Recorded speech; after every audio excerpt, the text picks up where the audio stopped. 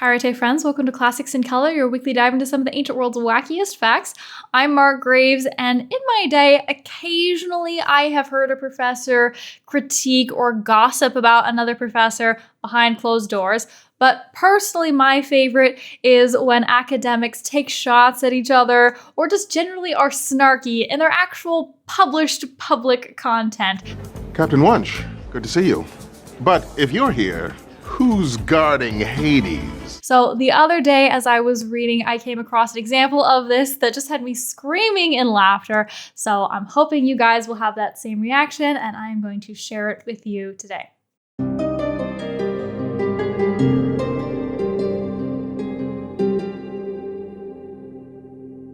Let me give us a little bit of backstory first.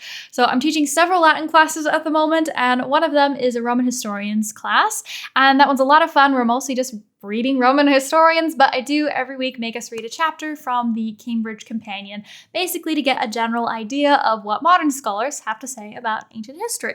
And the first several chapters of this book are all looking at history from the big picture, right? What generally is history? What is Roman history? What can we as scholars say about ancient history? What are our weaknesses that we can try to be aware of and try to correct for?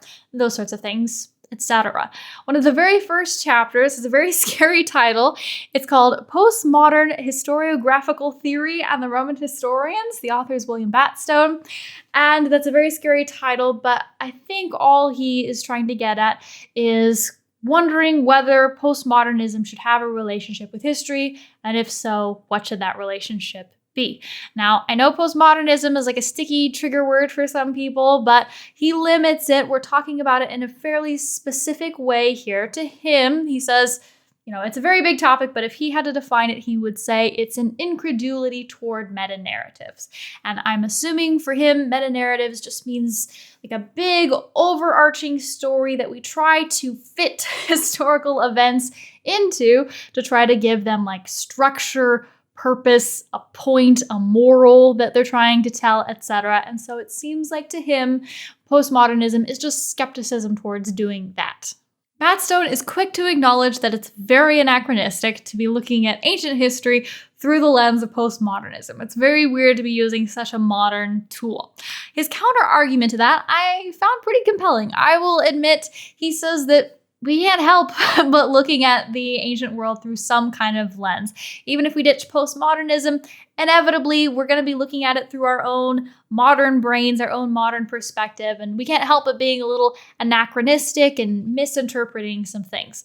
So rather than trying to throw out that lens of postmodernism and achieve some objectivity that we never will, he says that we should just use all the lenses, use as many lenses as we can, right? Use as many tools, as many philosophies, etc. to look at ancient history, and hopefully through all of those different perspectives, we can get a sort of composite view and triangulate in on what the original perspective might have been. That is basically the best we can do.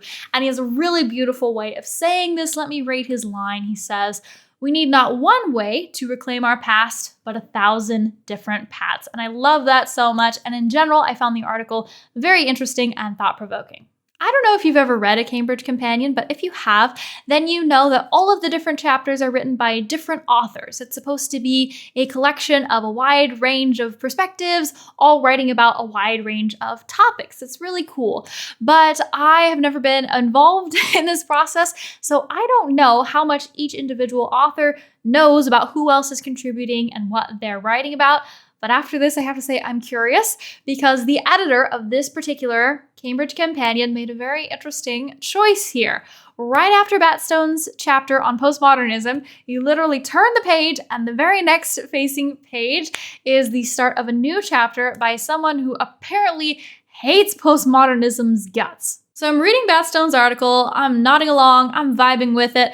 I turn the page and I start reading the next chapter. And this one's called Historians Without History Against Roman Historiography. And this is by J.E. Lendon. And right away, first page, first few lines, he is coming in with some grade A snark. And then I said, which metamorphosis, Kafka or Ovid? He loves it.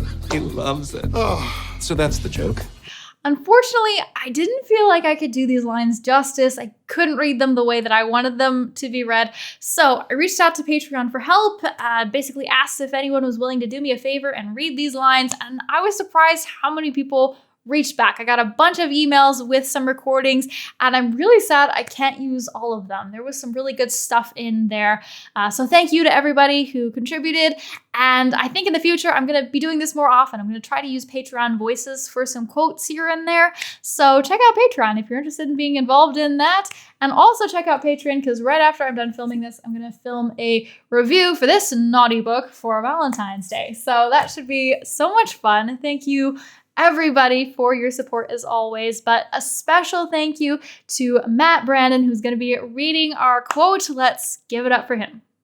This essay weeps at the intellectual emotion this volume exemplifies, the triumph of what now masquerades as Roman historiography, the academic study of the ancient Roman historians as a discipline sundered from Roman history, the study of what happened in ancient Rome and why. The Latin historian is constrained to become, depending on modern whimsy, a rhetorician, dramatist, a novelist, or, in the late summer bloom of academic narcissism, a postmodern literary critic. Thank you so much for checking out this video. Special thank you as always to subscribers and to Patreon members, and I hope to see all of you again next week. Χαίρετε.